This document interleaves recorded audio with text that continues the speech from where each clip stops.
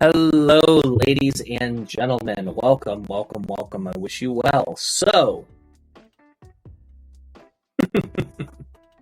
Palworld. A lot of big hullabaloo has happened with this game, especially recently. Um, Lots of allegations of asset rips, things of that nature. But I'm not really here to talk about that. I'm here to talk about the merits of the game itself. Honestly, I wanted to get to max out my character and do every single thing and completely open up the map and, get all the legendary pals and do X, Y, and Z. I'm gonna keep it a buck. I saw Arlo stuff, Arlo or at Arlo stuff, do his review of Palworld. He hadn't even unlocked firearms for himself yet. So, the fact that I'm level 43 and, can basically catch almost most anything comfortably, so long as it's my level or low, or even a couple levels above. I feel like I'm confident enough to talk about Palworld at this point on this level. So if you will indulge me, let's get started. Palworld was advertised as Pokemon with guns, and while this is a understandable portrayal of the game, it is not. It is a gross understatement for what the game is and how the game actually plays. And in reality, it's Ark Survival Evolved with a Pokemon skin. Now, granted, you have some couple Pokemon that might look very similar to Pokemon. Anubis looks like Lucario, and so on and so forth. But I mean, it's. I don't think that holds up to core law, but in reality, you're actually. It plays kind of similar to Arceus, and what felt good about Arceus was the open nature and like you don't have to necessarily turn the game into a turn-based battle, but in this game gets rid of the turn-based battles in its entirety. The problem with Ark Survival Evolved, which is the kind of the crux of the gameplay loop that this game is built on. It's notoriously unforgiving for new players. It took me. I played on an Ark world for approximately, let's say, 20 hours, and about 5 to 8 of which were just me trying to get a breather and get a single base set up that I could respawn at repeatedly. Palworld very much looks at a game like Ark Survival Evolved and takes the things that work, such as the technology trees and the taming and replacing the dinosaurs with these pals, which are pretty cool and they feel very unique. And getting rid of things that are, if I'm being honest, suck, like the Minecraft school of figuring the game out, which is just pulling up a wiki. Palworld has a dedicated tutorial, and it's honestly super helpful. And through the first, let's say, 10 levels of you leveling up both yourself and your base and everything else, it's enjoyable. It kind of holds your hand through. You still have to like find the thing and do it, but it nudges you in the direction. It doesn't hold your hand, but it certainly doesn't leave you drowning in the sea by yourself, the way games like Minecraft and Ark do. We think of Minecraft as such an amazingly great, wonderful game in today's day and age for us because we have like rose-tinted glasses. But unless you have friends or to look stuff up, Minecraft is incredibly obtuse, and Ark Survival Evolved is very much the same way. I didn't know how to tame dinosaurs in that until I literally just figured it out. I had to put them to sleep first, and then I had to put food of a specific type that they like to eat in that bitch. It was annoying. It's frustrating, even. I hated every second of it. Palworld has none of that. Palworld certainly has certain aspects, like its breeding, and like it's breeding that are very, very much obscure, but it's no more obscure than breeding mechanics are in Pokemon games. And the world design that you're exploring yourself is very reminiscent of other open world exploration games. It takes a lot of traits from Breath of the Wild, hang gliders being one of them, as well as a large vertical world that is as wide as it is, as vertical as it is wide. And it also takes, some concepts from Elden Ring. I think someone played a little too much Elden Ring and liked the concept of ever jails. Flat little portals to an alternate reality where where bosses are held in, captivity, and they took that and ran with it. And I thought, and it's a great addition in my personal opinion. All right, I spent enough time beating around the bush. Let's talk about the pals. We've got about 130 to 100. We've got about I'd say roughly 120 different pals in Palworld. That's not necessarily including all of the different. That's including a lot of the variations. When in reality, there's about 80 to 90 unique pals. There's a lot of padding in regards to pals that come one way default might come in another element otherwise. And you might think, oh, that's just cookie cutter reusing. Well, I mean, for a creature collection game where high numbers matter, that especially with everything else that is in this game and the loot that comes with it, I'm not upset with it in the slightest. In fact, I like seeing the different designs. They look like they actually put some level of effort into the alternate designs instead of just doing a palette swap. Although a couple of them very much are that. There are a few different types. You have the, let me see if I can pull up the Palworld type wheel, just so I have it for a quick reference. You have multiple different types of elemental pals, and they can come in dual typing. You have water, fire, grass, ground, electric, ice, dragon, dark, neutral. Grass beats ground, ground beats electric, electric beats water, water beats fire, fire beats grass and ice, ice beats dragon, dragon beats dark, dark beats neutral. I said normal, it's neutral. If you just pull up Palworld type wheel onto Google, you can see it. It's a really handy graphic. The pals themselves range from, they have a lot of character. Like, obviously, they feel, there's a handful of pals that feel like fake mon, obviously, but then there's some pals that you look at, this has got to be a Pokemon, right? And it's not. And honestly, I really, really like that. There's some pals I look at and I'm like, and I think design-wise, oh, I really, really enjoy this. Chillette is a really, really good example of this. Another one is Uzvolt, which is a kind of like a electric deer, a horse deer. Another one I like is Penguin, which is literally a little fucking penguin. It's quite wonderful, actually. You have some pals that very, very much look like Pokemon counterparts. You have Anubis that looks remarkably like Lucario. You have Dire Howl that looks very, very much like a dusk or midday Lycanroc. And you have and you have a Gardevoir knockoff. But granted, that's a legendary pal you do not see until much further into the game. Let's talk about the game, right? Let's talk about the gameplay loop core. I've talked very broad strokes about Palworld thus far.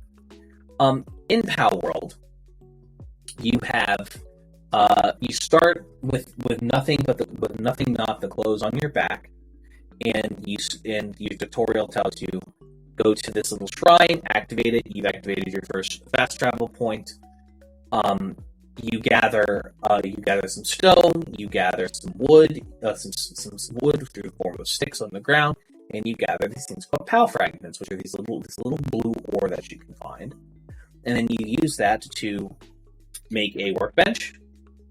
Use the workbench, and the workbench is going to be what you use primarily to build things. You're going to use your workbench to build torch to keep warm at night. You're going to build a club to whack the shit out of pals, and you're going to build some pal spheres, which are basically your knockoff Pokeballs, and use them to catch pals. There is a nice, really interesting effect where, unlike something like Arceus, where you just throw the ball and you just pray it works, and you don't really see it's kind of hard to see the shape.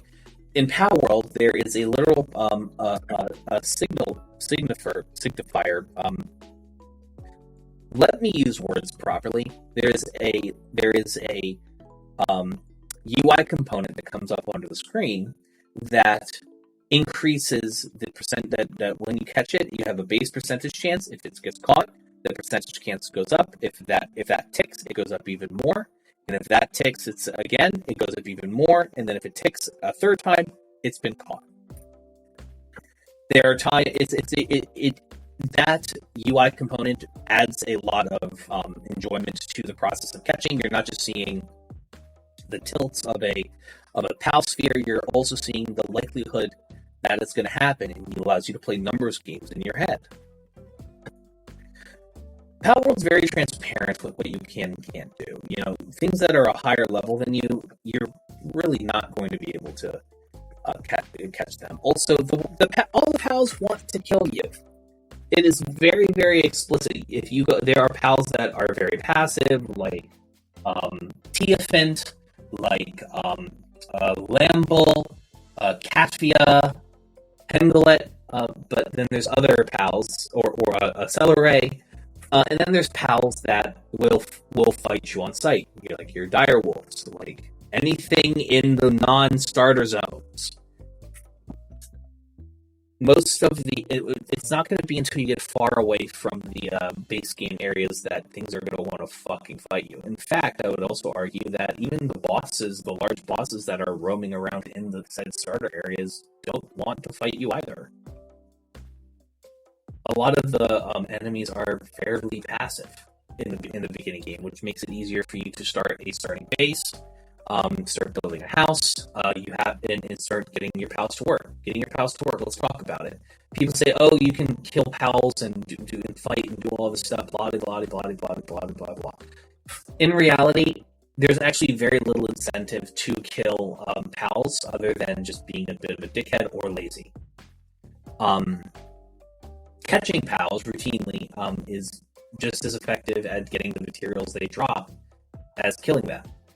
And it feels much more humane. Also, if you treat your pals poorly and don't give them the necessary rations and amenities they need to rest and take care of themselves at your base, including hot springs, beds, food feed piles, and things of that nature, their sanity goes down. They get hurt, they get sick. You have to take care of your pals. It's a much more active, invested process in terms of making sure that go up and pet them every once in a while. Of course, you could do what I do and just dump them in the PC box if they get too hurt. Of course, I'm a bit of a piece of shit in that regard. And the base building is kind of where I would describe the game, the true joy in the game that I found personally has been the exploration. And you'll explore and you'll explore and you'll explore different parts of the map until you hit a wall. You're like, oh, these pals will insta-kill me or get pretty close. Let me bounce and go do some grinding. And so what you then go do is you go back to earlier areas, you catch pals, you get catch bonuses up until you can catch a single type of pal 10 times and then get experience bonuses for each one of them. It's actually arguably the best way to get experience in the game, especially early on. Subsequently, you will, hit those walled areas. You'll go back, get some XP up, get some points, build your base up, get access to new tools, get access to new PAL abilities through the different stations you use. There's multiple different tables you can use, and depending on what your pals are good at, they can even go and build things for you while you're taking care of other stuff.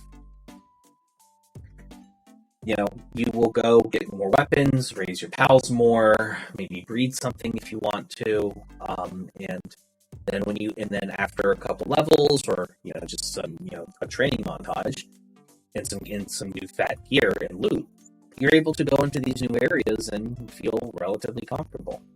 Gaining access to new pals and starting the whole thing over again, catching new pals of different types and attributes that have different abilities that are even better than previous ones. Yeah, Akatvia is able to have handiwork and maneuvering, which will allow you them to build shit and carry shit to and from boxes and stuff. But you get a Wumple, a big abominable snowman looking motherfucker, but also stylized to look like a Pokemon, so it's arguably adorable. And it's able to just pick up thousands of pounds of shit and move it for you. Or an Anubis, which will literally take something that requires, hours and hours to build, an entire stack of, and do it in minutes. Similar to in the Pokemon games, just to take an example of Pokemon Red and Blue, for example. Similar to how, like, if you wanted a bug-type Pokemon on your team, you would pick up, Beedrill or Butterfree, and then the thought process would be you get to the Safari Zone, you pick up a Scyther, a objectively stronger bug-type Pokemon. Granted, that's not how it necessarily works. People want to keep the thing that they like, and that's fair. But it very much works here in Palworld, because while you can keep the pals on the team that you want to keep, you also have the added ability of just using pals that you otherwise wouldn't have kept. You don't want to trade things out on your team. Great, put them to work in your base. Because at the end of the day, like, the pals you use to battle and explore the world and traverse are less important. Not less important. They're separate from the ones that are working. Yeah, you can throw one out at a time to help out if you need to, but they're your partners. Your workers are a little different. You have to treat your workers well, obviously. Otherwise, shit doesn't get done. Just like in Pokemon, how there's a bunch of different types of balls, there are different types of balls in Palworld. All the way up to there, you have your Pal Spheres, you have your Mega Spheres, your Giga Spheres, your I forget all the names. You have your Blue Sphere, which is the base. You have your Green Sphere, which is the next highest up. You have the Yellow Sphere, which is the next one after that. Your Red, which is after that. Your Purple, which is after your Pink, which is after that. And I think your Purple, or Orange, which is after that. I haven't unlocked the Legendary one, which has the best catch rate. And if you've been picking up the little leaf mink, green glowing statues you see across the arpeggio, and upgrading them at the statue, don't worry about me not explaining that. It's covered in the tutorial.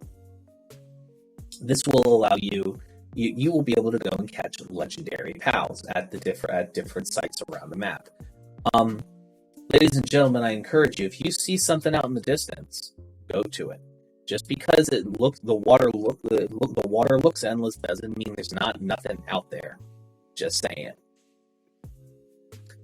But that being said, the goal of this game is really takes the kind of the Breath of the Wild thing of just go find the 3 static things, beat the thing inside of it, and then get to the final bit of the tree. This is probably going to be a part of this review. While it's not quite done, I do want to note, as far as the story is concerned, very bare bones. There seems to be some level of intent there. I'm curious to see what the end looks like, but it's going to take a little bit for me to get there. So I wanted to just make sure that I did this review some justice, and I'll talk about the ending of it at the end once I see it. But even so, Palworld does a lot of things very, very well. The pals feel unique and interesting and endearing enough. I like a lot. There's certain pals that I really, really like. I am in love with Lamble. He is my favorite little bean, and I love him a lot. And the game itself has a really solid gameplay loop that doesn't really get boring. It is an unbelievably grindy game, and it absolutely is an early access because the AI is stupid. But if you loved Pokemon Arceus and want more of that, and you can't wait for Pokemon Legends ZA to come out, which was announced just recently, Palworld is for you if you haven't already bought it. Definitely a enjoyable experience, something I would recommend to any Pokemon fan who also grew up playing Minecraft. Because as long as if you like Pokemon and you played Minecraft and enjoyed Minecraft at some point in your life, this is on brand for you. Go for it. Ladies and gentlemen, thank you so much for listening to I Can't Shut Up Unless You Tell Me To. I've been your host. I appreciate you, your time, and your listenership. If you want to support the show, please go to HIMedia.gg/donate to support. I appreciate you, your time, and your listenership, and I hope you have a wonderful day.